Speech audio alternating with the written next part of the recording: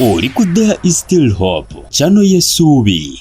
Kale mbalamusako mwena abali ku mukutu gwa There is Still Hope, abali mu ggwanga Uganda ate nammwe abali mutala amayanja, mwe bali kubanga ate mutugoberera. Kama nkwebaza olwa buli omu alaba atwenyika mu ndagaano y'omusaayi gwo okuyita mu Kristo Yesu, omwana wa Katonda omulamu.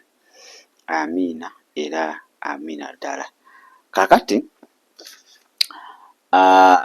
Apostle Mitala wali abamu abeewuunyiza statement gye yakoze, naddala oyali ku lumbe yalaama engeri gye balina omuziikamu.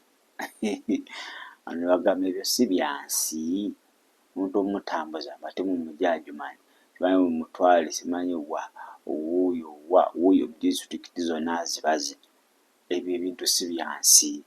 Naffe abakkiriza naffe tutandika okubanga beemupi, bakutambuze wano omulambo bagutambuze gukole ki. Naye ye awadde ensonga ze, agambye waafa temumuziikirangawo, awadde ekiraamo ekikambwe.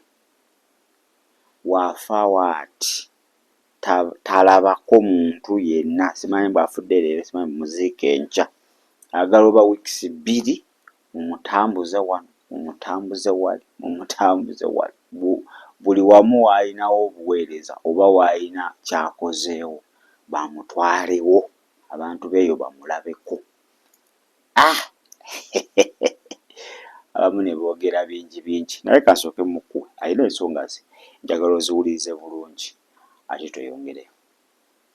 Era mwenna bwe muwuliranga nti Mitala yafudde, mwenna mbayise mujje. Ate nabagamba dde omulambo ogwange, ate nabagamba dda buli mukyogera. Omulambo gwange gwakutambula bwonna, si bino byakwanguyiza kuziika mu bibondi bya Bujungu. Kati omulambo guba gulumwaki? Embala sirina nnyo kyamaanyi kyenkozeeyo. Omulambo ogwange njagala gutwalibwa eggulu kubanga nkozeeyo emirimu mingi. Take it ggulu, ate gulumwaki? Ng'abeggulu bonna bakuŋŋaana, mulambo gukuŋŋaanya abantu. Kati temuzze wano? Temuzze mwenna? Ki ekibaleese wano? Mulambo. Kaakati nze amaze ebbanga nga mbuulira njiri nga nsiribwala bwe ntyo, mu kiraamo kyange nakiteekamu dda n'abaana nabagamba. Saagala kumpapyapapya. Bwe nfa omulamu ngutwala eggulu, Kitgum Road. Bonna bakuŋŋaana, abakungu ba gavumenti bonna, manyi ekitiibwa basanye ekitiibwa mu mirambo, bonna baggweeyo. Nga bakijaana bano bajja nga babuulira enjiri. Muleetanga bakijaana ng'ono. Temuleeta bamuzeeyi nga Sserwadda, muzeeyi Sserwadda bali, tuleeta. Bamuzeeyi bagenda kudda mu mboozi. Ono afudde Mitala twali naye. Bwe nfa noleeta Sserwadda ng'aleeta emboozi. Twagenda ffenna e Rwanda, twagenda ffenna e Gindi, twasinkana Nairobi mu take off the limit of twali ffenna eyo, egyo myaka gya 7 mu emeka. Ng'aleeta ebyo enjiri ng'egaana. Lw'oleeta kijaana ng'ono ateeguya muntu yenna. Ng'enjiri ekola etya? Ng'enjiri ekola era. Haleluya. Ate nga bwe mugujja mutwala Ajumani ku senta, ng'abeeyi bonna bakuŋŋaana, mulambo yafa naye ng'akyakola ki? Mulekerewo okuziika emirambo gy'abapasita kwikire. Evangelism eri awo togirabanga buyungu, mpitirivu. Bwe tuvaayo eyo nga muleeta omulambo e Nansana, ekibuga kyonna ekya mmeeya nga kikuŋŋaanira awo, nga muleeta bakijaana nga babuulira enjiri, bakijaana nga babuulira ki? Ate omulamu nga mugujjawo nga mugutwala ekiboga. Ate gukaayana. Omulambo guyomba. Kati gy'ogamba Ssaalongo ono kati ayomba nnyo kubanga tuluddewo nga twogera.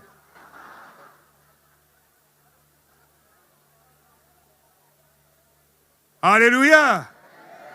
Kaakati oluvannyuma nga mulyoka muziika wali etema nakali ekikooba, nga mulyoka muddayo ewammwe, naye nga mubala abantu abalokose. twagala okubala abantu abalokose. Stephen Sebyala temwangwirizanga ate nze ngenda okusooka mukazi wange twalagaana dda nze nsooka simanyi sisobola kubeera semwandu sibimanyi ebyo weseka oliba olaba ki erinnya lya Mukama lyebazibwe. Dawudi yaweereza Mukama mu mirembe gye oluvannyuma n'akola atya n'afa. Empeereza eyo gye njogerako bammeeya bannange ffenna weereza Mukama mu mirembe gyo naye ng'ebintu obibaza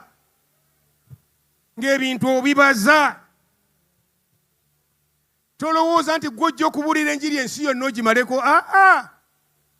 Obuuza omuntu lwaki tolina maka evangelist lwaki tolina maka ensi yonna evunda si gw'ojja ogimalayo togivunza siiyiyo togifiiriranga.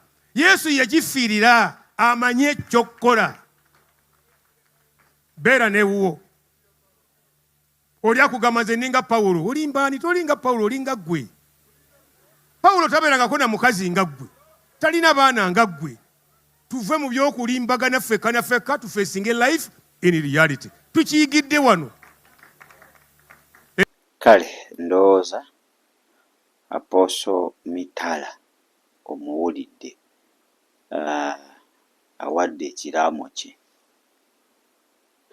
n'akuwa ensonga lwaki temulina kupapa muziika. Lwaki omulambo gufiirwaki ogutambuza wano nemuguza eri gufiirwaki ugenda bagamba temuntambuza. In fact ku lumbe lwa Tataserwadda we nalabye olutakoolo yeserabangako kukuziika. Bantu balokose bangi bakoze olutakoolo. That's very good. Babuulidde enjiri ne bayita olutakoolo. Era yonna Musumba Mitala yakikoze Apostle. Abantu ne bajja ne balokoka abangi. Yagambye omulambo gukuŋŋaanya abantu. So nga ffe abalokole omuntu waawummulira mu Kristo eba kulusedi. Era agambye nti ye waafa ebeere kulusedi agimanyi bamutwale ng'ebifo wabirambuludde bamutwale abantu babuulire enjiri. Ate tayagalako bakadde bamuzeyise Lwadda abagobi bagenda kudda mu byafaayo in 1986 we twajja ebyo bagenda okuddamu ayagala bakijaana mbu nga balwomushana bajje babuulire enjiri abantu bakole ki abantu balokoke. Simanyi bagwe okirowoozaako ki.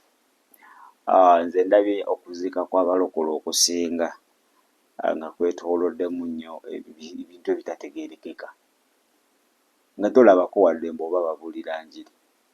Nze nkulabyeko kungi n'okwabasumba nga teri njiri teri olutakoolo. Naye wano nalabye olutakoolo abantu bazze bayitirivu ne bawa Kristo obulamu bwabwe. That was very good. Ekyo kitulina okukola nti Oluganda awummudde tugende tubuulire enjiri tuyite abantu balokoke. Yite baloosi.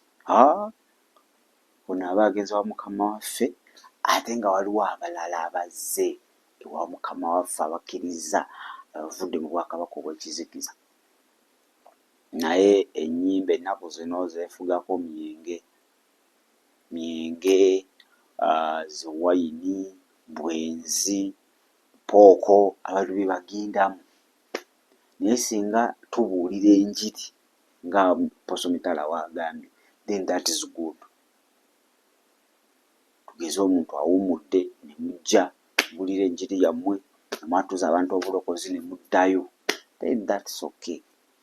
Okitegedde. So ye Apostle Mitala amaze okuba ng'alaama niwe bagenda omuzika yalagawo dda agamba wano era yagambye agenda tereezaawo bulungi ayoyotewo bulungi bagenda okuba nga bakola ki bamuziika. Era mbu mwenna abaaniriza waafa nga waati teri bya kaadi teri bya kwekwasa olugendo mulukwate mugende ku crusade eyo kuba ye yagitumye crusade.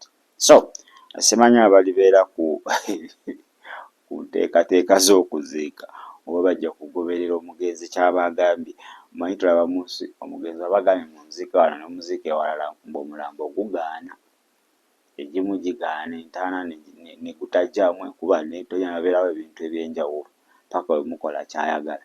Naye simanyi baffe mu Kristo nti otugambye tutambuze disitulikiti zonna ezo z'olonze, abateeseteese okuba nga batambuza ensonga ezo batakikola, simanyi oba gunaagaana. Simanyi naye sikiwa. Aye nekira nti nabo bawulidde abalibeera mu nteekateeka ezo okuba nga bakola nga Apooso wakola ki bami nga waasabye, kuba ebifo ebyo byayogedde akozeeyo ky'akoze. Tali kusaba mutambuza kweraga, nedda. Buli wamu wakozeeko omulimu bamutwalewo, then that's okay. That's okay. Ekyo kyo kiba kituufu. Olwokola oyagala toyagala, abantu baayo bamukubeko eriiso erivannyuma, omubiri gwe bagukubeko eriiso ki ery'oluvannyuma, okitegeera, then bagende bakole ki baguwummuze. Kati gwe atalina kyakoze kati nga baki bakutambuze? Ne mu kkanisa y'ewammwe tebajja kukukkiriza, bayinza okugaana. Why? Tolina ky'okozeeyo, tolina contribution yonna gy'okoze, oli awo bw'otyo mulokole. Nawe tosobola tugamba bakumaze wiiki namba kungulu ng'okolako ki? Era ofa leero ennaku nga lumu bbiri ekinene ng'oli mu ttaka, mukitegeera. Naye ze kyenjizeemu kiri kimu, tulina okubaako ligase gye tuleka. Olina okubaako omulokole nga olina ligase mu layini y'obwakatonda gy'oleseewo. Dawudi yaleka ligase, okitegedde. Bantu Yesu mwennyini Omukama waffe gwe tukoppa oba gwe tulina okuba nga tutunuulira, yaleka ligase paka nakati gye tuliko gye tutambulirako. Kati mulokole watya Yesu n'akuyita ssaawa zino, ligase ki gy'olese? Kikyano kyabagenda otunuulira bakube emira nga bagambe nedda, oba bakitunulengako bagambe mwana oyo yagenda naye kama yonna gy'ali. Yalekawo omukululo. Kiki? Okuleka okuyomba ne baneiba. Erigase gy'olinawo saa zino eri negative, tewali eri positive yonna. In kingdom wise tewali kye balaba. So otukyalina akadde, oba bukedde olwaleero ng'okyali mulamu, kitegeeza Katonda akyakuwadde yakakisa okuba ng'otereeza n'okulekawo omukululo. Oguba nga oguliwo gubadde si mulungi, Katonda kyatuwaddeyo akaseera okuba nga ate tutereeza ebintu, ogwo omukululo omubi guveewo, ate tukwate omukululo omulungi tutambule nagwo. Titutuuke okuva mu bulamu bw'ensi eno ng'obwakabaka bwa Katonda bufunyeemu ng'amazima n'abantu tebali kusanyuka busanyusi ku TikTok, okuba miziki, kugamba nti aliose n'agenda, nedda, wabula nga banyolwa.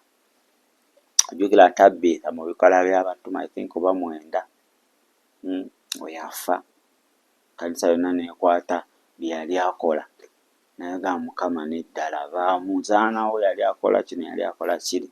So ekyo kibadde kikulu nnyo, era eyo message yo nange tubeeko omukululo gwe tulekawo mu bulamu nga tuvudde wano, omukululo ogw'obwakatonda. Ng'oli wali mu ddiiro bagambe gundi ebikino ekiri nga waliwo testimony eyeeyogerera. Manyi si kyangu naye ate si mu maanyi go. Katonda asobola kasita mu mutima gwo kikkiriza era n'olaga okuyaayana kwakyo, n'olaga nti okyagadde, Mukama asobola okukikuwa, kitegedde. So tuyaayaanire ekyo, tugezengako okuba nga tulekawo omukululo buli we tulaga buli wolaga, buli opportunity Mukama gyakuwadde, buli office Mukama gyakukwasizza, lekawo omukulu gwa Mukama waffe Yesu Kristo. Mukama agundi we yaliwo wano bintu byali bitambula bulungi nga tusaba nga tukola ki, naye nayo ono yaddawo nedda. Okitegeera? Naye ova mu office ne basala keeki ne bakola embaga, gamba ho aliwo se kiremya biwa ebikono, tayagala amusinga, takola ki. So Mukama atuyambe. Yo yabadde Apostle Mitala n'eddaame lye erikambwe lyeyalese, abamu ne banyeenya emitwe ng'endiga etenda enkuba, ne bagamba yii, omukulu ate kikyaga mutambuza Uganda yonna, tuve wano tudde wali, kiki, lwaki abatawumula mu Mukama waffe? Naye munaye akuwadde ensonga ze, ate ensonga ze zirimu eggumba. Kyasaba akikoleredde, kuba tali kugamba kumutwala wa neighbor bawa, ali kugamba omutwale mirimu gyakoze. Abantu abaliyo nabo bakubeko amaaso ag'oluvannyuma ku mubiri gwe. Then that is okay. Ndowooza obubaka obwo obufunye, era nammwe abalibeerawo kaseera ako mukole ng'omutume w'abasabye. Manyi omufu tayogera, takomplaininga, tasobola kola ki, naye bambi musangamuko ekitiibwa ku bigambo bye byabasabye ng'akyali mulamu. Kale kandoza kaneetololemuko katono. Nkomawo, waliwo ate ekyenjagala tukooneko wano kyamakulu nnyo mu Kristo Yesu Mwana wa Katonda omulamu. Weebale kulaba There is Still Hope. Okumanya ebisingawo tukubire ku 0752 34 14 47 oba ku 0761 08 83 15. Osobola n'otufuna ku email eya tshitv74@gmail.com. Eno ye There is Still Hope, channel y'essuubi.